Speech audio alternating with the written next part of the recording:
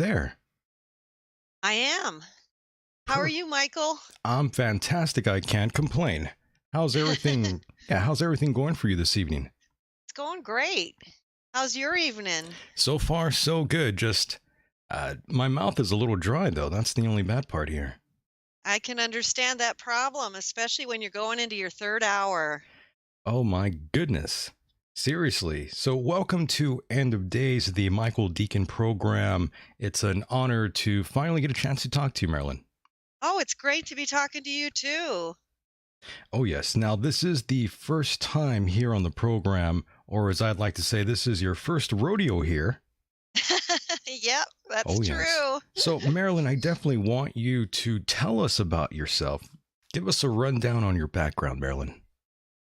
Well, I am an out of body travel author. I've written over 90 books on out of body travel. I founded the Out of Body Travel Foundation in 2003, and you can find us online at outofbodytravel.org. All of our books, and I also have music CDs and some art and stuff is available for free download. And we also have a course of study for people who are interested in learning how to experience out of body travel. And also, in relation to your program, uh, I was featured in a documentary film called The Road to Armageddon, a spiritual documentary, and that is also available at the website. You can watch it there. It's also available on YouTube, Amazon Prime, and other places, I'm sure. Definitely. And tonight we will be discussing the out of body experience and how anyone can do this as well, and perhaps the impact it does have on someone's life. Okay. Yeah, most people they say that having this sort of experience, it really does impact their life tremendously. It's a game changer to some, as they say. Oh, yes. If you follow the path in a structured way towards source, towards the universal knowledge that's available, it can completely change your life. Directs you towards your destiny here. You enter upon something I call the purification journey, which is truly really important to happen for us to fulfill what we're here on this earth to do. Yeah, I love that. I definitely want you to talk more about that. But before we even jump into that, I want to go even further back in time because you've had all these sort of strange experiences, even at a very young age, Marilyn. And I think you said something in your bio around the age of 9, if I recall. Oh yeah, when I had my first experience when I was 9 years old, How do you and remember that, though, Marilyn? I'm sorry to cut you off, but how on earth did you have that memory? oh, it was so powerful. It was one of those events in your life that you never forget. Ah, okay. It was just so powerful. I'll never forget it. Maybe I will if I get Alzheimer's, but Yes. but I've never forgotten it. I still remember it very clearly to this day. And I was lying in bed, coming out of a deep sleep, and the clouds just began to swirl. Like, I'm lying in a bedroom, but the heavens opened up. So the clouds were swirling. There was this beautiful marble staircase. Up at the top of the staircase were two thrones. On one throne was seated who I perceived as God the Father, and the other was God the Son. And on each side of the staircase were just hundreds of angels, all the way up the staircase. And so I was kind of beckoned to come forth. And I started going up the staircase, and I was shown a bunch of things that were going to happen in my life, in my childhood especially, and some things and challenges I would have to overcome. And that was intense, but they all did happen. And I was just shown that I would get through them and that they would serve a purpose, and that there would come a point in my life where this was going to return to me, and there was something that I would need to do with it. I had something that God wished for me to do, and my life changed that day. I remember waking up, told my mom about it. She thought I was nuts. I was just going to say, how did your mom take it? I'm sure you must have told a parent or someone. Well, my mother was, kind of, I'd say she was kind of an atheist, Hmm. probably is where she was at. She was maybe agnostic. So, I learned very quickly that morning not to talk to her about those sorts of things. And, throughout her life, she never really adjusted to me having this gift. It always kind of bothered her because it was just something so out of her experience and her realm of belief too. And she never had that sort of experience herself, Marilyn. Is that what you're telling me? Oh yeah, no, she never had anything like that at all. Oh, Um, very different in terms of where we came from and where this led us. Was difficult for her, I think, because she didn't understand it, and sometimes we get hit with gifts or something that's just so out of someone's belief system or their realm of understanding that it just makes it really hard for them it because it does. That's true. yes, yes. And so what ended up happening was I learned very quickly that not to talk about that with my mom, Not to but talk to mom about that. Yeah. I loved my mom, I loved my mother. And but then when I was about 22 is when it came back, and I started having these spontaneous experiences. My husband at the time suggested I start journaling them because it seemed to be leading somewhere. So I did start journaling pretty much right away. And, now it's 32 years later, and I'm Still at it. uh, thousands of experiences in and, 90 some books in. And, I could never have imagined, it's interesting in St. Paul. He says, I cannot see nor hear what God has prepared. And that is so true. And in a way that is so inexplicable in the sense of, even when I had my first experiences, I could never have imagined where they would take me and what I would see in terms of the infinitesimal universe that lies beyond the physical realm. It's And pretty amazing. it is amazing. And Marilyn, what about your mother today? If she is still around, that is. How's your relationship with her? My relationship with her was pretty good. What I we learned to just be different together. I understood that she didn't understand what I do, and we just enjoyed our relationship on other levels. She Other levels, passed okay. away about 2 years ago, Oh, and okay. ironically, it's interesting because shortly after her passing, what usually happens with people that I care about and know when they cross over, I get to see a little bit more of them because I help people with their afterlife journey. So I actually wrote quite a bit about my mother's afterlife journey in a book I wrote called The Limb of the Redemption. And that was put out, I think, last year, but it really kind of chronicles some of her afterlife adventures and events and her purification journey, and even the fact that she obviously if you don't believe in anything in this life you have to go through that awakening to it when we cross over. And so that was a really neat thing that I got to experience with my mom. Right. And I also must ask you, who introduced you to religion? If it wasn't for your mother, then it means perhaps maybe your father. Was he more aligned with that?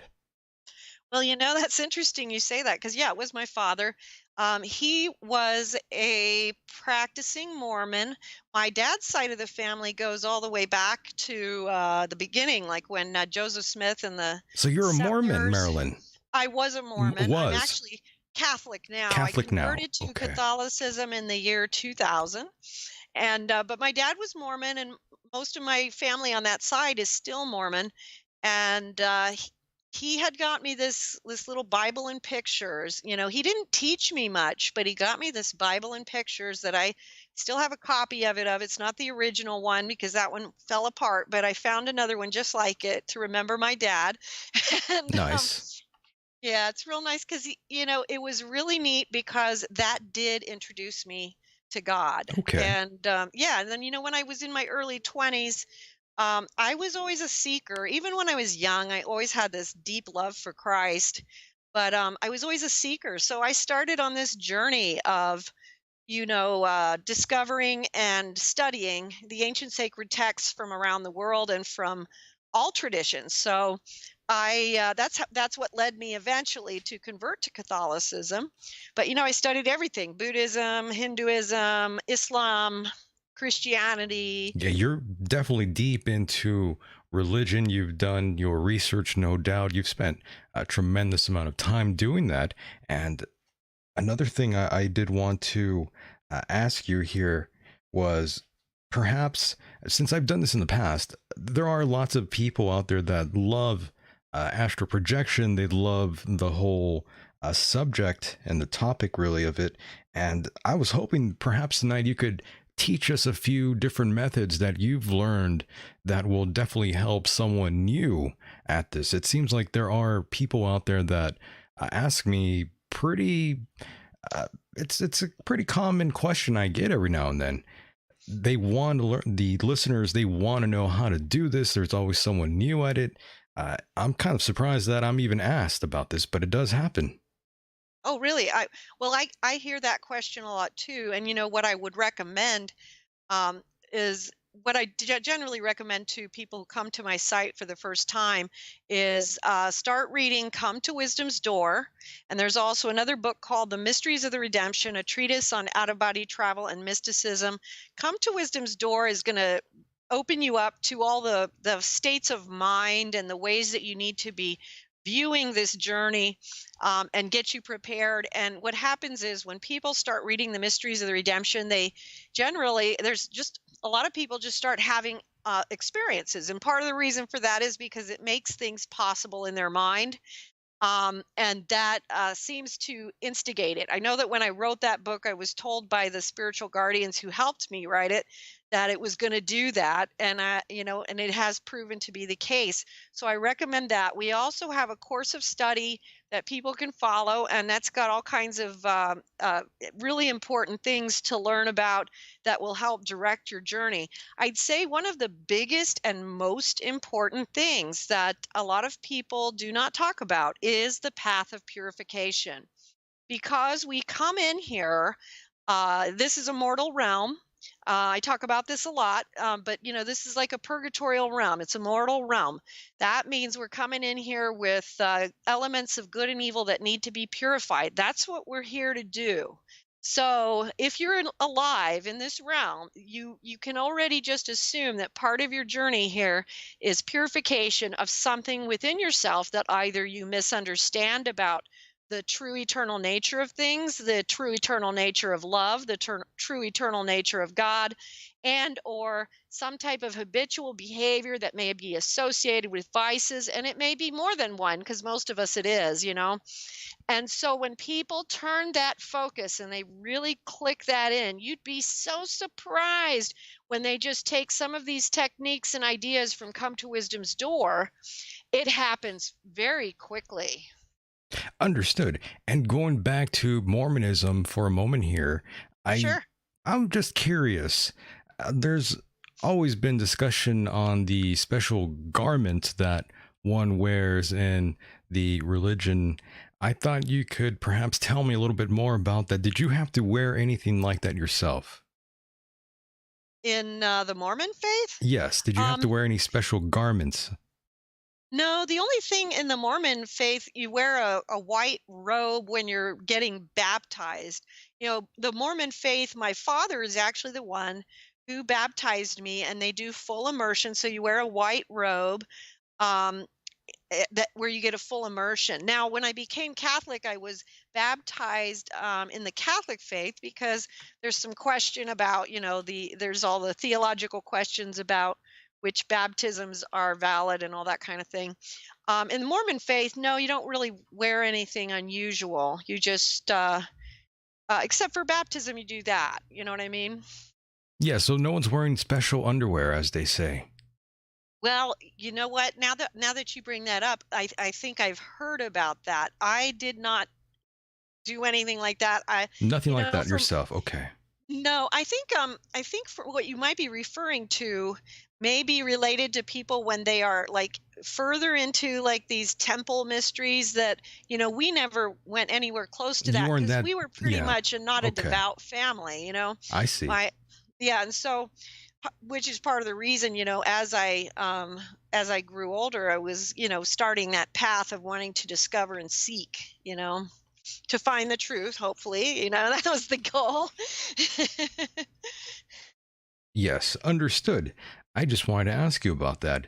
And Sure. yeah, and what exactly made you, I guess, leave Mormonism? Well, it was, ironically, I can even tell you about an experience I had, a mystical Sure. experience, Yeah. an out of body experience where I was told, that that Mormonism only contained a portion of the truth. And I was looking to understand what God's truth was. When I started this journey, my prayer was, God, I want to know the truth, no matter what that is, and even if it contradicts what I might currently believe to be true. I was never really uh, convinced by the and most of my extended family are Mormons, and I love them. So I just want to make that clear. The Mormon faith is beautiful, and they're No really doubt. good with Yes. families and all that kind of thing. I've had Um, teachers who were Mormon and they were some of the nicest people. they're really good Yeah. people. And but what I never could go along with was this whole idea of the schism, because that's pretty much the whole premise of the whole idea of the need for the restoration of the Melchizedek priesthood and Ah, all that kind of yes. stuff. And if you ever speak to them, I've always asked many of the missionaries who come, I'll ask them, okay, so where was the uh, where was the apostasy? And they can't really point it out. Um, and if you look and you understand the church history that goes back with the Catholic Church, you have the line of succession of the popes. We did have some, what we call anti-popes, but there was no apostasy. There was no break in that line of succession. And so that's kind of the main argument for Mormonism. And so I had some issues with Understood. that. I see. Yeah. Yeah. And there Okay. were more, but Well, that's fair. Everyone has their own opinions of everything. I myself am not a very religious person at all. I'm actually an agnostic atheist, but definitely read well read into a lot of various religions throughout the years. Something I've always kind of been into, and it is kind of ironic. Some of my listeners would say I get those kind of emails all the time. They say, how are you like that? Why exactly are you an agnostic atheist, even though you yourself have had experiences that are in the realm of the paranormal? And usually, what I say is, I try to be as the most rational as I can be. And I don't want to go around saying my experiences are just that they're already cemented in truth, and there's no other way to explain some of the things that I did experience. I don't want to rule those things out. I definitely want to leave that sort of that door open in terms of how to explain rationally what I may or may not have experienced, Marilyn. Do you think that's fair, or do you think that's being too cynical? I think it's fair. I think, ironically, a lot of atheists and agnostics are among, some of the most studious seekers that you find. And I think that that's part of the process, of discovering that journey. Because, we're all on a journey in this A life. spiritual Uh, journey, yeah. yes, yes.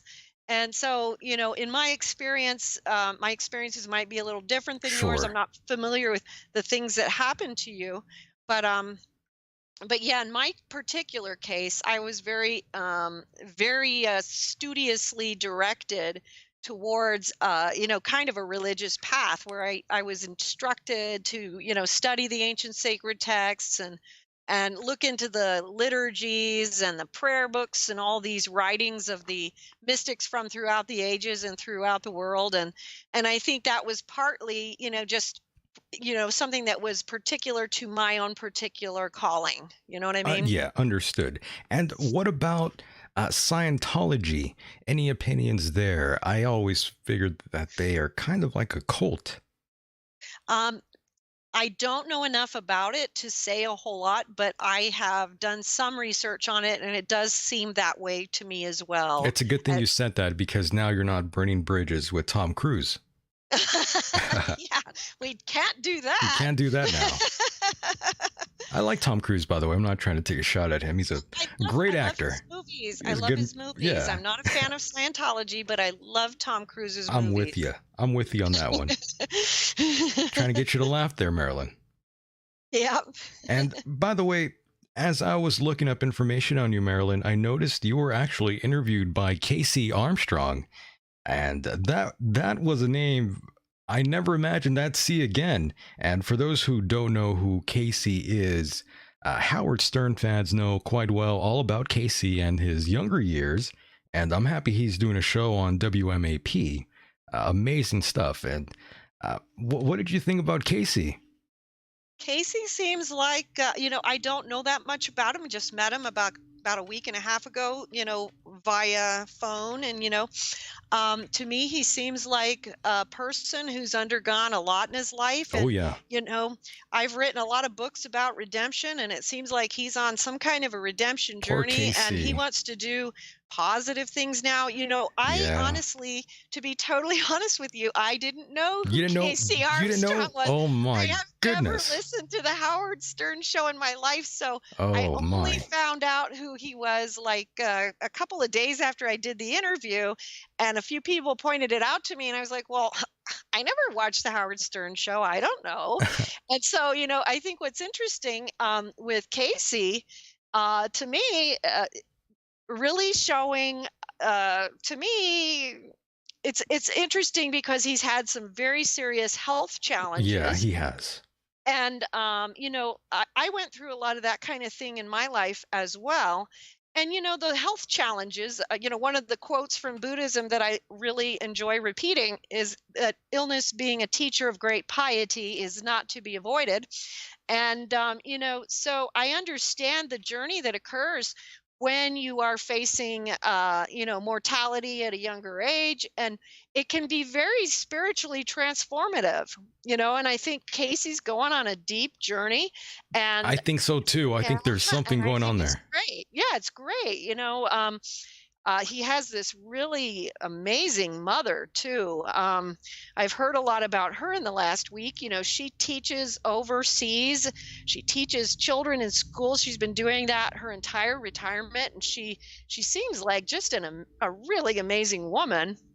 And so, he's surrounding himself now with a lot of positivity, and he wants to put some energy towards, the good things that are going on in the world. And I think that's fantastic.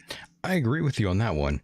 I'm glad that he's doing a lot better than he was originally many years ago. He definitely had a battle with all sorts of things going on in his life, and now it seems like he's on a completely different path. I think that could be. And I am a firm believer in letting people evolve as their lives change and grow, because, none of us are the same. I'm 54 years old now, and not the same person I was when I was 22 by any Oh, of means. And I course think not. You got to, most of us yeah. could say that. And, I really don't know that much about what he went through, but, I know it was difficult, and I know he had some serious physical issues as a result. But that's kind of what the journey of life does for us. It provides us with these fertile opportunities to transform things into something greater, which is what we always talk about when we talk about God, which is that God always brings the positive out of everything, whether it's good, bad, or indifferent. And that is one of the things that I've definitely seen in my mystical journeys throughout the years, that um, God does that, with each one of us, because the reality is that we're all on this purification journey. Every single one of us has those things that maybe other people don't know about, but we may not even know about. But that's why the purification journey is just so important, because once we reorient our focus and we understand that that's what we're trying to do, it literally, it's like lighting a match. It just sets off the eternal vibrations, and things start happening. And you would be so surprised if I could tell you so many stories of people where just suddenly they're, the master or the guru is just coming to them. Right. One of my spiritual counseling clients just had the angels breathe into her the other night, and it was just, she was just in tears. We open up the door when we understand that that's why we're here. Yes, and And Marilyn, I'm sorry to cut you off there, Marilyn, but no you worries. are you open to take phone calls by any chance? Sure. Yeah. Okay, well, in case anybody wants to call in, that number is 760-332-8724. Don't be afraid. You can call in, let your voice be heard. 760-332-8724. Don't be afraid. Marilyn doesn't bite. Nope, I don't. I do sometimes, though. Just a little bit. Yeah. But yes, you are right about a lot of what you were talking about just now. And of course, I do want to turn your attention quickly here to astral projection. It Sure. seems like you are well versed in astral projection as well. And of course, remote viewing, which goes kind of hand to hand. Well, I would say that, I'm much more of a beginner in remote viewing. I just recently completed some of my training in that, but out of body travel I've been doing for over 30 years. And when people talk about astral projection, one thing I just like to point out: when you're speaking of the astral realm, you're speaking of the fourth realm, which overlaps the third. So, if you're going to be just really picky about the words, astral travel and astral projection really refers to fourth realm travel. One of the reasons I use out of body travel is because, in my own experience, we're traveling multidimensionally into an Yes. infinite number of spheres and realms. And so that just makes it a little more clear. But yeah, the journey is vast. And it seems like, God is reaching out right now to a lot of people that have seen, just really touching people with these types of experiences and bringing them into that continuum, the getting into that journey of purification. It's happening, you know. Yes. And what about those people out there who say astral projection is sinister and something that is selfish? Oh, well, I've never heard people say it's selfish. I've heard that people don't, think it's not a good thing. um I think they're well, referring to the voyeurism aspect of it. oh, There okay. you I know that's a bit of curveball for you. No, it's not. It's just that, I'm laughing because when we're talking about out of body travel, this is a really common misconception. A lot of people do think about it as like a parlor trick or something, kind of like you're pulling out a Ouija board and, oh, I'm going to go look in on you in your bathroom. And Yes, and that yes, is not yes. at all what it That's what is. I'm referring to. Some folks, they think that. Yeah. And for those folks out there who are looking at it that way, that is not what it is at all. There are people that will pursue it that way. And for those who are pursuing it that way, I would just suggest that you take a deeper look, Some because people are creepy. You never underestimate some folks out there and what lengths they'll go. well, that's true. That's always a possibility. In my experience and what I teach and what I do, I'm not earthbound. When I'm traveling out of body, I'm going to the heavenly realms, the purgatorial realms, the hellish realms. And I go into the purgatorial and the hellish realms because I'm called in to assist other souls. One of the things I was told early in the journey is that creation has to give back to itself, and we must continue to create. And so we, as we receive from the higher spheres into our own spirits, we have to also give to those who are struggling in different realms. So part of the journey is going to involve helping other people in different circumstances. Most of the time when I'm traveling, I'm going to be traveling into heavenly spheres, or I'm going to be going into purgatorial realms where I'm going to be shown things I need to know about certain people to help them out. I'm going to go into the psychic management realms, which is where things are being formed in thoughts and in deeds and things like that before they hit the ground, which is where sometimes people are called to alter things before they hit the ground so that something doesn't go awry. Marilyn, Uh, I'm sorry to cut you off, but we do have a caller. sure. A caller, you are live on the air. What's going on? Hi, Mike. Hey, how are you? Hi. Doing well. Perfect. And what is the guest name again? I'm sorry. Marilyn. Oh, I'm so sorry. Hi, Oh, no Marilyn. worries. Hi. Nice to talk to you. You too. What's your I name? apologize. I'm Marcy, and Hi, Marcy. I'm an old fart, and I just had a brain Me fart. too. Okay.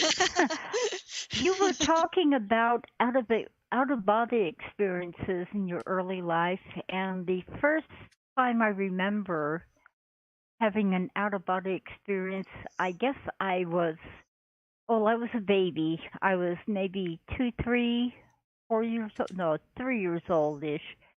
And I remember in the morning I would wake up, my mom would already be up, and I'd be out of body, run into the Hmm. kitchen, look what she was doing, and do something, tug her or something like that to get her attention, run back, get into body, and she would come back and check in on me. Then I'd wake up.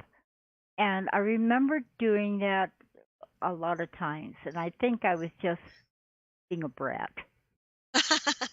Well, that's not uncommon at all. And I used to when my children were young, I would see them in their out of body states as well. And so especially with young children, young children are closer to the veil for a little while, and Right. then it slowly kind of goes away with a lot of people.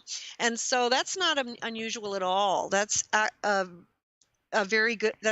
Yes, that's an out of body experience for sure. By the way, Marilyn, to tag on to that, do you subscribe to that notion that children, they, at that age, that I guess you could say 1 to about 5 years old or 6, I believe it says, where these children, they remember past lives.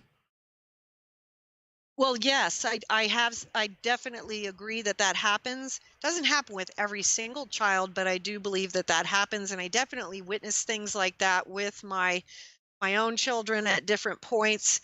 Not only do they remember past lives, but sometimes they still have more conscious memory of contacts that they have still in the spirit.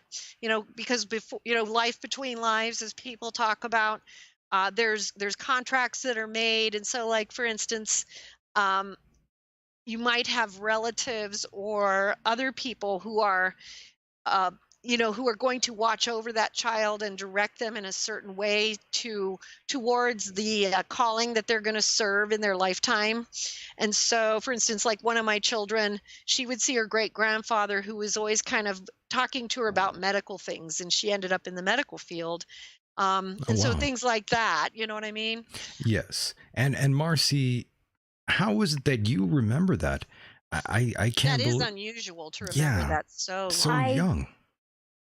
I remember like picture frames I see. of my early life. I remember, I think my earliest memory, I don't know how old I was, but I remember being wrapped up in a blanket, being very tiny, and being carried out from my parents were visiting friends, and I was really tiny. I mean, I was in this little tiny baby blanket, and there was a bottle, and I just remember being carried out the door, and that was it. But I have these flashbacks to extremely early age, but nothing I could tag an age onto except I was very little. My father passed away when I was 4-ish, Ah, I didn't know that. Yeah, and that's early. yeah. But there's some memories I have where he's in it, and I have a lot of memories of very, very early childhood, and some of them are before we as humans are supposed to start uh, recording memories, if you know what I mean. Yeah. There's a few people And that have had that that I've heard about, but it is a little bit unusual. Not something you see every day, you know? well, some of it I can take advantage of. Some of it is still confusing. Yeah. Yeah. Going And I back, was Michael, to your Yes. question too about you know, for people who think it's sinister, you know, the out of body travel that I experience, you know, first of all, I've, you know, studied a great deal of mystical theology, which is a, you know, an area of study mostly in the Catholic Church, but it's also, you know, mystical theology is worldwide. It's in every religion. You know, you use the biblical discernment from the Book of John, and you you utilize. There's a lot of education for those who read my books. You're going to learn a lot about spiritual warfare, a lot about protecting yourself, and a lot about following this path towards the holy good for your soul. And so I can understand why people might feel that way, but we do a lot of there's a lot that goes into this that is it's not just we don't just play around with it, so to speak. Sure. Does Yes. that make sense? Yes. And I definitely want to ask you a little bit further about the whole protection thing. But before we do, uh, Marcy, yes, I do yes, want to. I do. Yeah, go if you have another question, No, definitely go ahead. I do, but you go first. I was just gonna say I was just gonna say thank you so much for calling in. I wasn't kicking you off just Oh, yet, but I was just saying I just wanted to say thank you so much for calling in. I haven't heard your voice in so long.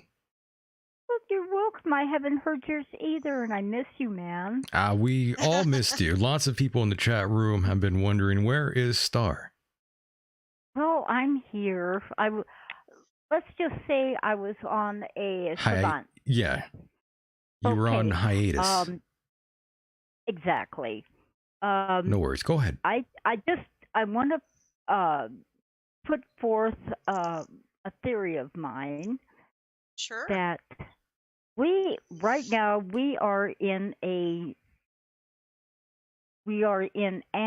unusual, not unusual, I'm sorry.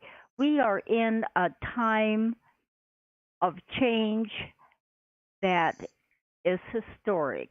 I mean, it's the kind of change that happens You were right the every first time though, Star. It is unusual too. Every gazillion thousands of years, okay? Right. Anyway, well, at least in very long times. But I think we are right now going through changes and getting into. Oh, shoot! I had this written down too. Drat. But we are. It's not so much separating, but going into different realities. It's like when a cell.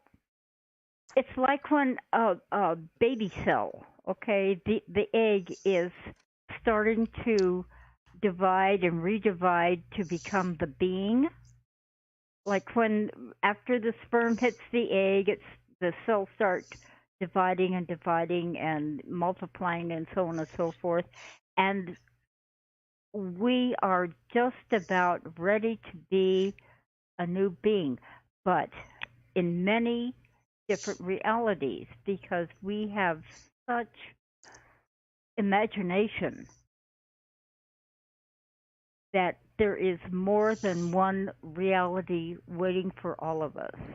And we are projecting out the reality we want to be in, whether we realize it or not. What we are drawing to us is the new reality we are going to go into and experience from that point on. And from there, we start over again and start working up to the next cell division. Oh, crap. Does that sound weird? Am I out of there? Should I go see a counselor? No, you're fine. What I would say to that is, ironically, throughout the 90s, I had a lot of prophetic experiences with my out of body travel. And a lot of it had to do with what was coming, with the 9/11 and everything that's happened subsequently. And in the Mm-hmm. mid 90s, I was shown that the time between 2026 and 2030 were going to be pivotal for our world. And I was also shown exactly what you just said, the two Earths, and how we're all going to be vibrating to the one that we're most compatible to at Exactly. some point in this juncture. And yeah, there will be activities and events in the world in the next 10, I guess, 10 to 15 years that will determine, because we are making a determination as to whether or not the human race will vibrate to a higher level of frequency or if we're going to go backwards. And there is a lot of energy coming in trying to push us backwards into a lot of darkness and evil and things that we want to stay away from, the war type things. Mm-hmm. But there is this chance that we have to bring in a celestial victory, so to speak, and raise humanity to a higher standard. And that would change our whole reality, not just in the sense of our world would be completely different, but we would also be looking at, an intergalactic kind of civilization at that time if we are to Exactly. pull this off. So what you're saying doesn't sound nutty at all to me. It sounds exactly like what I've been shown for the last 20, 30 years. No, we're seeing it in society as well. We're seeing Yes. this shift in Well, yeah, consciousness, no doubt. society is a reflection of what humanity is doing. Yes. And it's becoming, it's everything is getting so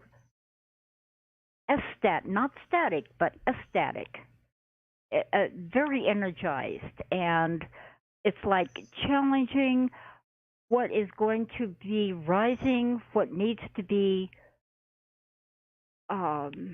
Times are changing, and of course, Yes, Star and Marilyn, we are definitely halfway through 2019, and how fast this year is going by Yeah, is that's for pretty sure. remarkable.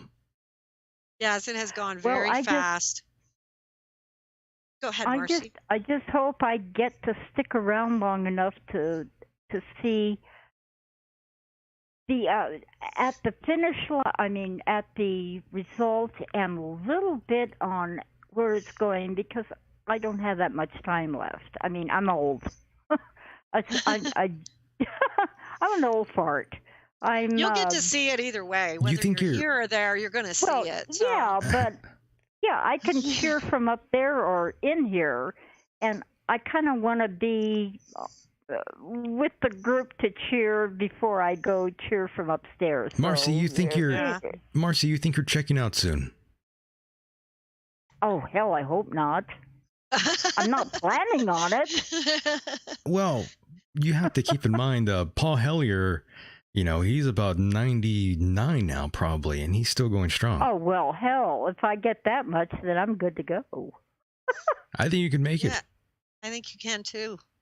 I think you can too. Okay, And I'm early in the gonna say something, and it's gonna. Oh man, I'm gonna kick my ass for it. Are you But gonna say yeah, something I'm naughty? in my 70s.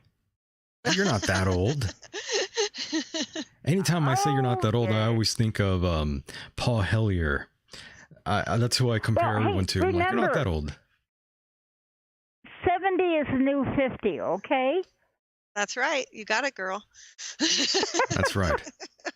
And I don't You know, feel any more than 29. After I reached 29, I said, "That's him, Slim. I'm there," and that's where it stayed. well, we are working towards what could be a new birth point for the Earth. And I was told by a being named Yamath Simith, like in the early 2000s, that the goal was for us to fulfill the function of our survival. And for those of us who will be there when that happens, we will have it will be so necessary for us to be prepared to rebuild a society that is based on spiritual values. And that's part of the Yes. reason the purification journey is so important for all of us now, because we have to be prepared to be the warriors of the light as these times come upon us. And we also have to be prepared to uh, build up now, but also build up then, depending on the whatever happens, whatever comes to pass here in these coming times. So we want to fulfill that function of our survival and remember that it can be a birth point, and that's what we're shooting for. But this is a true turning point. This means that it could either go forward or it can go backwards, and so it could go backwards. And so that's why so many of us need to rise up in prayer and rise up in moving towards becoming more and more spiritually energized, where we become capable of altering reality in this realm and in other spheres, because that's how we're going to do it. And Marilyn, what about those folks I out there who say religion is dangerous and it's used to divide society and the world? What about those folks, Marilyn? Well, Let me answer. uh, Oh, go ahead, Marcy, if you okay, want to. Marcy, go Go ahead. ahead, Marcy. Take it on. I have a heart in that. Quote, religion, unquote, is kind of a mind set put forth to control. I'm one of the. I was saying this long before it became a cliche, but I'm not religious. I'm spiritual, and I think somebody uh, pilfered that, or not pilfered, but oh, I forgot the word. Anyway, They stole your I was saying copyright. that. Your I was saying copyrighted that. phrase there. No, plagiarize. That's it. Okay, Anyway, I was the- saying that a long time ago. there are and a lot of real truly- important answers to that question. And the first one is that they are right in that it has been used in that way. But what we have to remember is that all religions were born from mystical experience, from a great out-of-body travel revelation that came to these prophets, saints, mystics, and sages from throughout time. What happens is that when that vision, when that non-constructed construct is forced into matter, you try to create structure, which is not something which is compatible to the Holy Spirit. And so that's what happens in terms of Exactly. on the ground. It can get corrupted, and it's just the simple nature of the fact that humanity is built up of people who have different issues and different we are flawed human beings. Plus, Going to impact Oh, spirituality we was lost turned you. into religion because Marcy, I just wanted to quickly say people that who had we lost wisdom- Marilyn. We lost Marilyn there for a moment, and Marilyn, you're back. I'm not sure what happened there. I think the internet signal went down. I do Sorry. not know. Did Yes. I do that? I apologize. But yeah, I wrote a book called Near Death and Out of Body Experiences of the Prophets, Saints, Mystics, and Sages in World Religions, which is actually intended for this very point, which is it goes in and I poured through all the ancient sacred texts to get the birth and death stories of the prophets and all of that, and in the saints, mystics, and sages of each religion too. And what it does is it brings you back to the fact that it's not the spiritual revelation that was flawed. It's the fact that human beings who don't understand spiritual Right. revelation shove it Exactly. into a structure that cannot contain it properly, and then it gets then these things happen.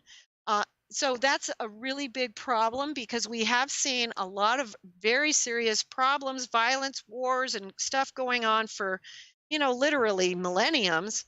And we need to recognize that this is the the misinterpretation and the all of that stuff that happens to it when it comes down to earth. And the reality is that God appears to people throughout time and history, in every nation, in every continent.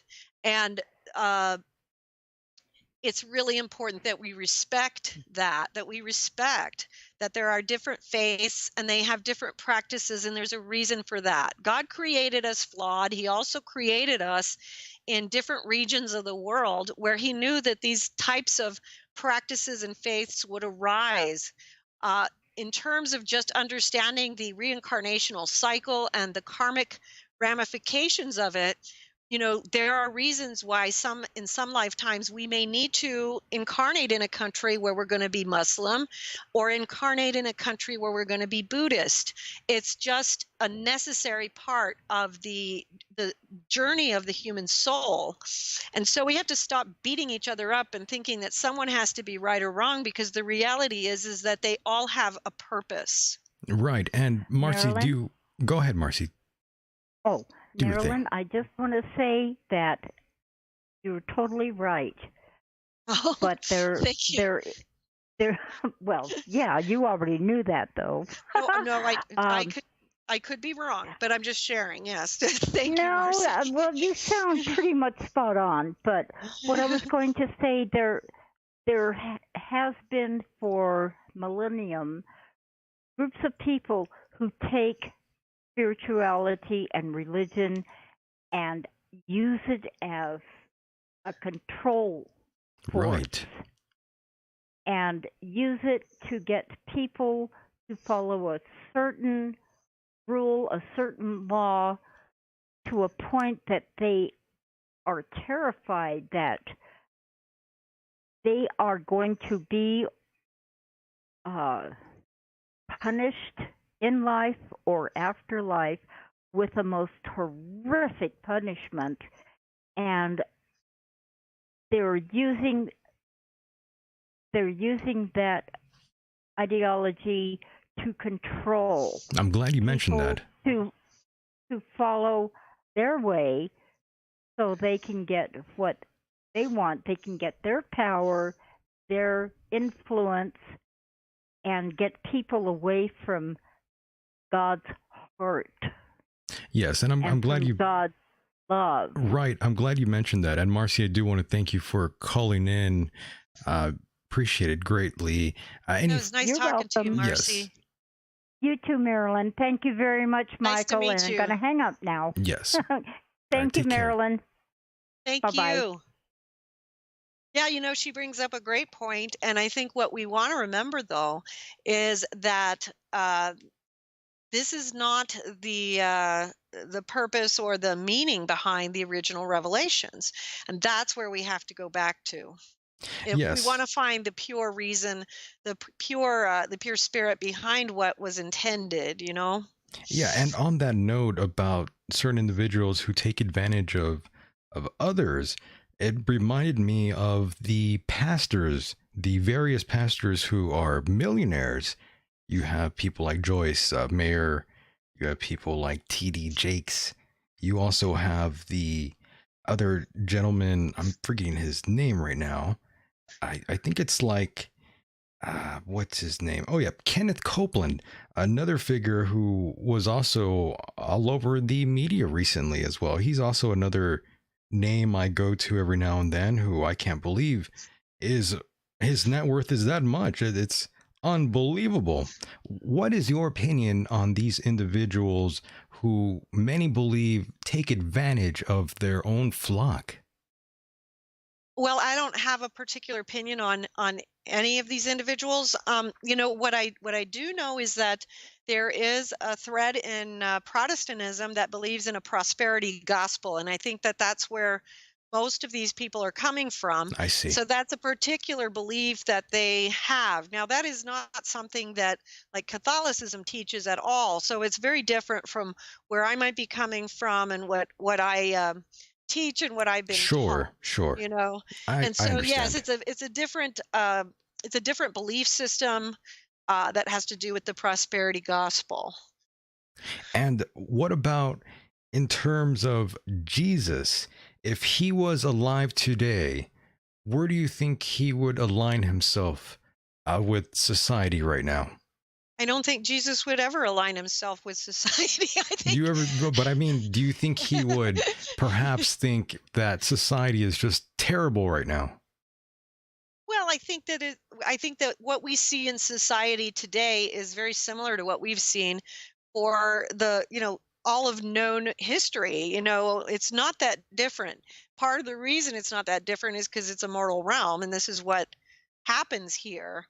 If you look throughout the historical record, you're going to see that the very same types of things that plague us in these days have always plagued humankind in different wars and different stages throughout history. So, I can't speak for Christ, so I can just, Sure. share an opinion, but I can say that I think that Christ would be unlikely to be joined with any societal thing. I think he would probably be like a little cave hermit, probably, and maybe he I would, wouldn't blame him.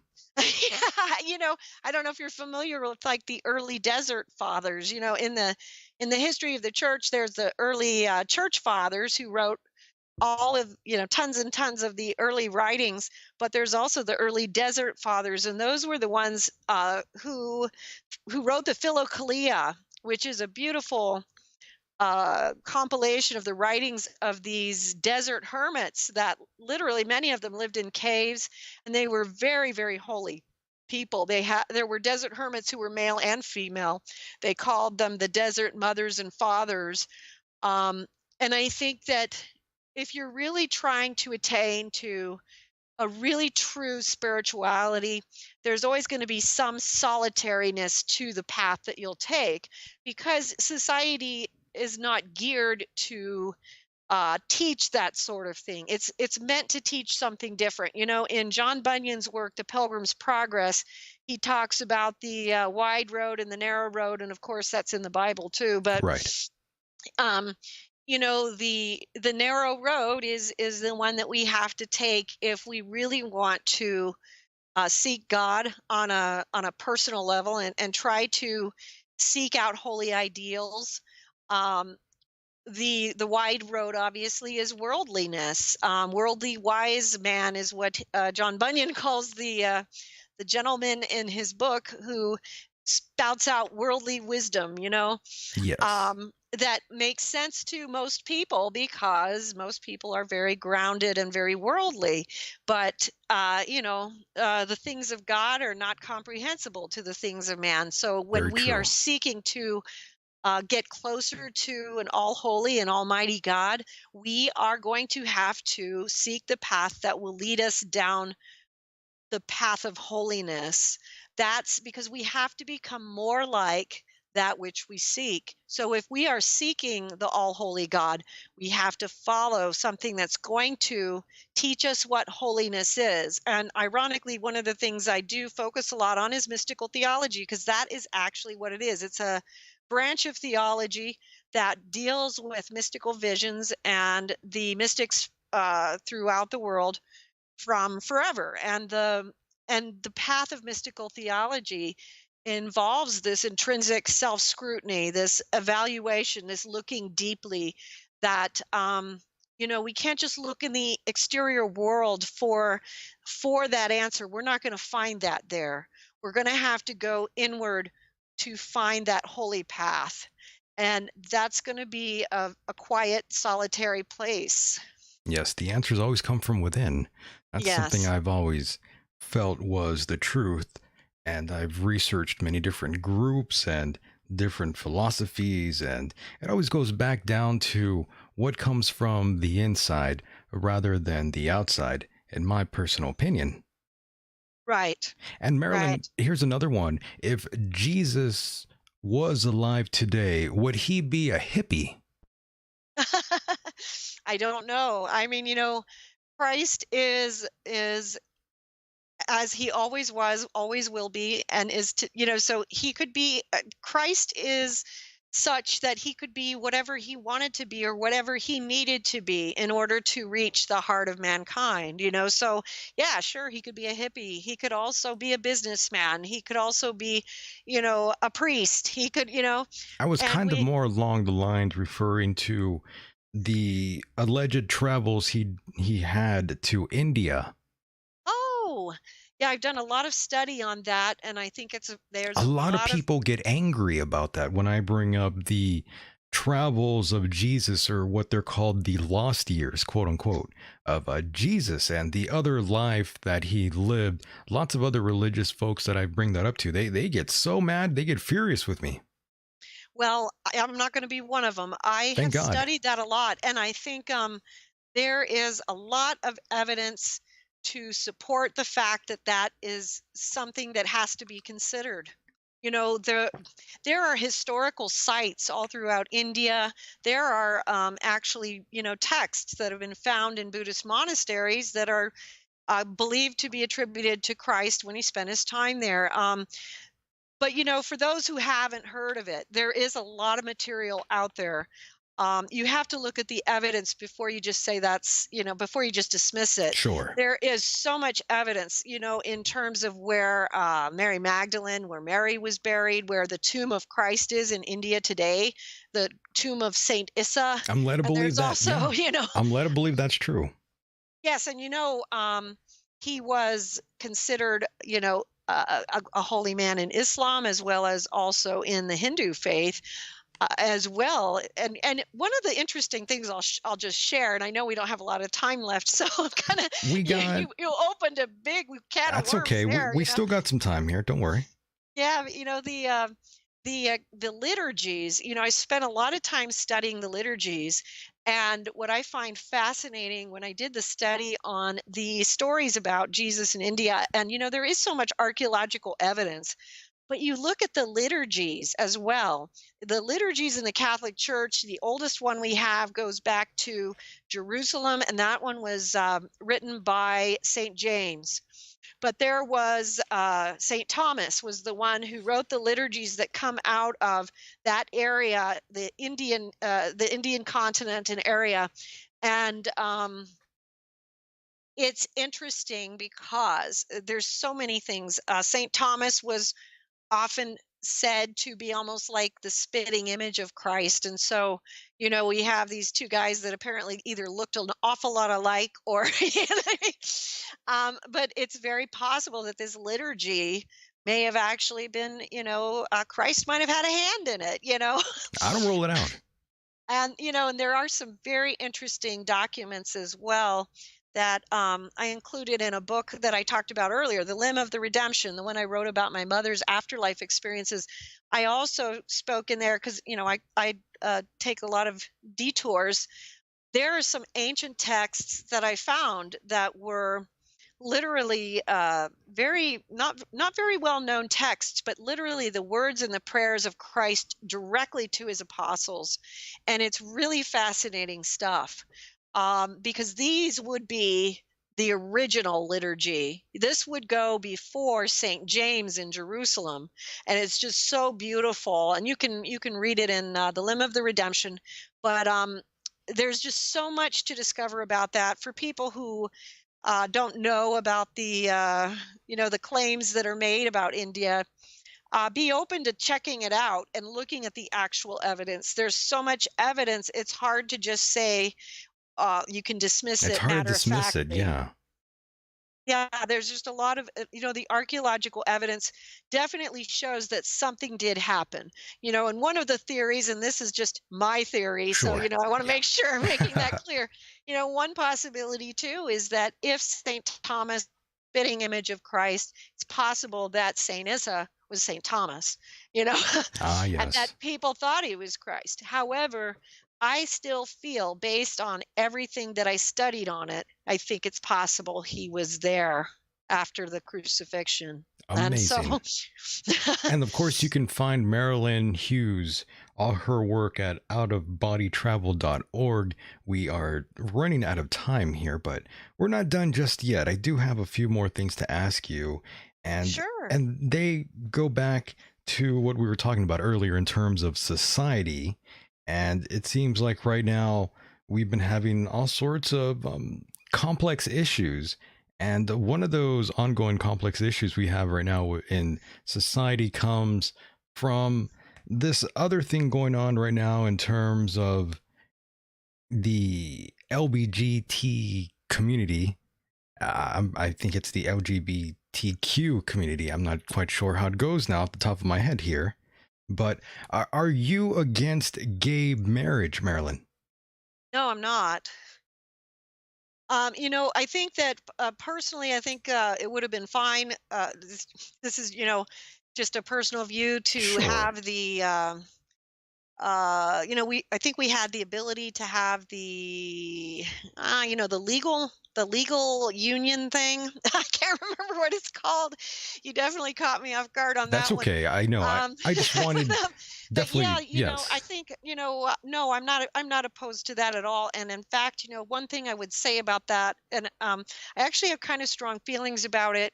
I am not someone, I don't like the way things become so militant. However, there are some militant things I would say, which is, God created gay people too. Leave them alone. Love them. you know, I've spoken to many people who have been so hurt by this, because they're just It's a pretty big going issue. it's a pretty big issue, Yeah. and that people are being really hurt. And I'm talking about people who are gay or Yes. lesbian, and who are literally self-hatred. I mean, it's Some of terrible. them are. And we need to remember that God created all of us. And one of the things that we can do, and I'm going to go a little out on the limb here, is That's just okay. remind people, there are over 600 deutero canonical laws in the Talmudic law for the Judaism. And this particular thing in Deuteronomy is just one of them. And I challenge anyone who wants to really give these people a hard time to go look at all the other deuterocanonical laws, because I don't know of anyone who follows probably more than two of them. So, Yes. it's a lot harder when we place those laws and direct them to ourselves to be harsh and unkind and unloving to another person who is really, really struggling and uh, being hurt internally, being told by society that they have no right to exist. It's So I just tell people, remember, God created us all, and therefore your problem is solved. That means you have to love everyone and you have to try to be present for everyone. We all have different issues. It doesn't change the fact that whatever the issue may be about homosexuality, it doesn't change the fact that the rest of us all have these other issues, which, again, going back to purification, lust is an issue, whether you're a heterosexual or a homosexual or a Right. lesbian. It's the manner in which things are expressed and um, put forth. And so we have to, like, give people a break. You know what I mean? I'm Give with people you. a break. Yes. I have personally I have zero issue with anyone wanting to get married who is gay, lesbian.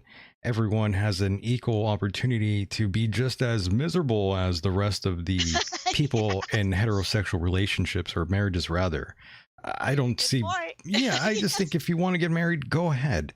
If that's what you want to do, I have no issue with that whatsoever. I'll even support it. To be honest, I'll support gay marriage, whatever. Big deal. It's not much of an issue. However, I do have an issue with something else, however, and Okay. I did learn about the 2020 Democratic candidates this year. Uh, all of them support this one bill that is called the Equality Act, if I remember correctly, which would require schools to include male athletes who identify as transgender, girls on female sports teams. And personally, I can't really support that too much. because men are just naturally stronger. We have more body mass, and it's just a little bit of an unfair advantage, in my personal opinion, when men who are transgendered and they start competing against the girls. That's just strictly my opinion. People out there can choose whatever they want to think on that matter. But Marilyn, how do you feel about that? Do you think that perhaps that's wrong to do, or do you think that's the right thing to do? I don't like that idea either. I'm totally with you on that one, but I would take it further in that, this is where I think this is what I mean when everyone gets so militant They and all get this real stuff, angry. and then Yeah. you have the bathroom issues This and stuff. subject gets people It, real angry. it's just it's excessive. It's like, okay, just we need to accept one another, but the reality is, for instance, you can take this a lot further. If you're going to do stuff like that, um, you cannot lower the standard. For instance, if you're dealing with firefighters, police, special forces, Army, Navy, Marines, you cannot lower the standards for people to be in that position. That will then put other people in danger because you're lowering the standards so that it's quote unquote fair. The reality is that male and female are different, and you can't take it to that extreme, and that's what I'm referring to when I say militant. I don't Yes. think it's necessary, like in a high school, for people to have access to the other bathroom. I think it's perfectly fine to just let people be in the anatomical bathroom that they match. Makes everyone the most comfortable, Most and that's comfortable, yeah. just the way to do it, in my view. I Yes. think that it goes way too far when we do this sort of thing. Obviously, we're going to have situations where uh, that would completely change the outcome of sportsmanship and keeping things fair for women's sports. And it also, it applies on other levels as well. It applies, when you're dealing with, military issues, when you're dealing with other things, we should not lower the standard. Just in my view, we should not lower the physical standard just so women can get in. I think that if there's women who can meet that standard, And then some let them can, in. and some can. That's, Yeah, but yeah, I'm we with are you. different, and we don't want to put people at more risk simply because we're trying to be so fair that we're not being fair at all. Yes, I You know, think we've gone overboard with the whole political correctness, in my opinion. I agree. Just a I little agree with too that far. entirely. It Yes. I mean, all these things they do start with these folks having, I guess you could say, their hearts in the right place. But things as they progress, they sort of muddy the waters, and that's kind of what we see a lot. Yes, it does. And I just think it's not as complicated as it's been made. And, just like in the last few years, especially, I don't think it has to be this complicated. I think that we just deal with, the way things are in terms of, physically, what are women able to do? Physically, what are men able to do? It's just a biological fact. It's just a reality that we all have to accept. No That's doubt. that's how I kind of feel about it. I think a lot of subjects and a lot of issues get really thrown out of balance because of this kind of like going outside of common sense. Um, Equality is absolutely necessary, and loving one another is absolutely necessary, but we don't need to be illogical. you know Very true.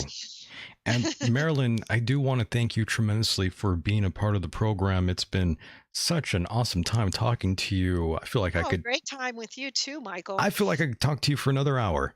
Uh, Yeah, we could, couldn't yeah, we? I feel like there's so much more I do want to ask you about in terms of society and in terms of the conspiratorial angles out there. There's so much I want to ask you, but of course Yeah, we definitely are running out of time.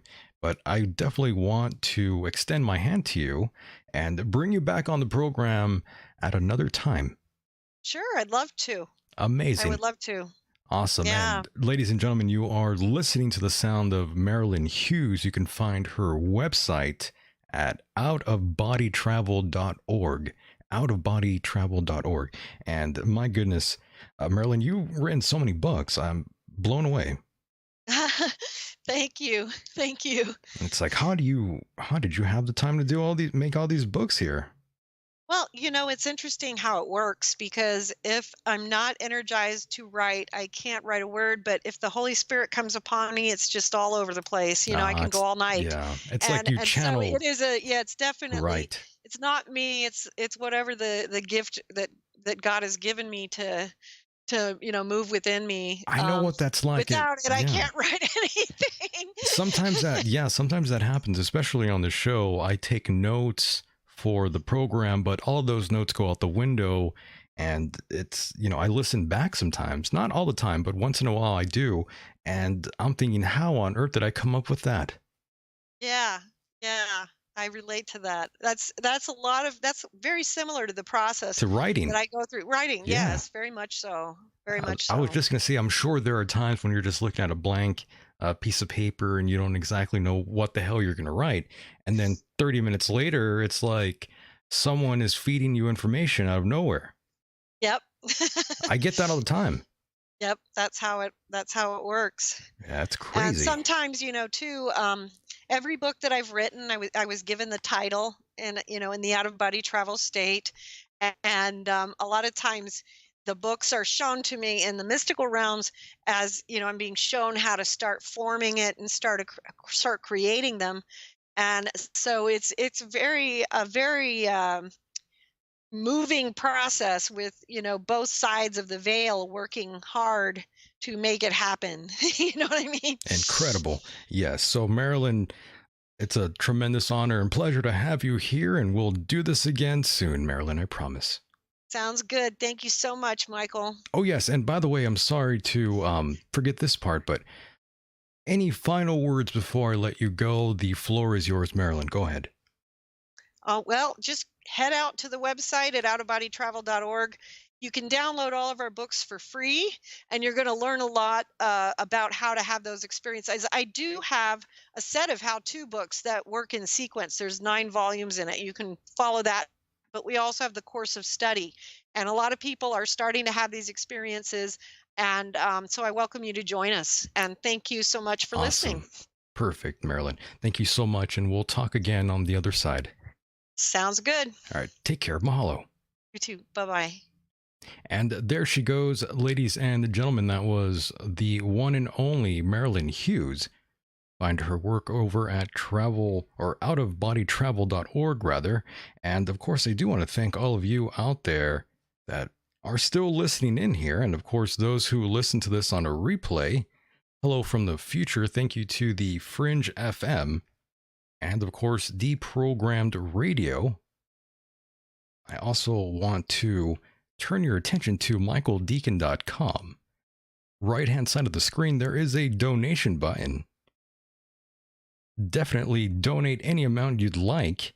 And of course, keep in mind, you can go to patreon.com/MichaelDecon and throw in a few dollars, and you'll be able to get exclusive content. Pretty soon I will be filling that up. Oh yes, that's patreon.com/MichaelDecon. $5 is all I'm asking, and you will be getting numerous programs, and none of those shows will be heard here on YouTube or on the podcast rendition of the program. And by the way, if you do donate over at michaeldecon.com through PayPal, I will be giving you those exclusive episodes from Patreon. Don't worry, you will get those too if you donate that way. And of course, you can catch the free podcast rendition of this program by going to iTunes, Stitcher, Google, and Castbox. I prefer Castbox, by the way. It's a pretty good, useful app. I'm not quite sure if any of you out there use that one personally, but I prefer it. I think it's pretty damn good. Most people use iTunes. That's the most popular one, and iTunes is totally cool. But Castbox, that's where it's at, in my personal opinion. I think it works a lot better, and go for it. Castbox. Go there. And of course, I want to thank our international listeners out there, those in the UK, Canada, Australia, France, Netherlands, and Ireland. And of course, we do have a few folks out there in Germany, Sweden, and Finland. And welcome to those in Mexico and Norway. And wouldn't you know, we do have South Africa now on the screen. That is tremendous in my opinion. And of course, those in the United States, those who listen in the most are those in California. That still boggles my mind, ladies and gentlemen. I had no idea that people in California would actually be tuning into this, but they sure do. And they still remain on top of the charts. Love that. And of course, thank you to those who listen in tonight once again. It's been fun. I return next week. I'm Michael Decon. Thanks for being here. And with that said, the world is a mysterious place, and life itself is a mystery. Until next time, good night, everybody.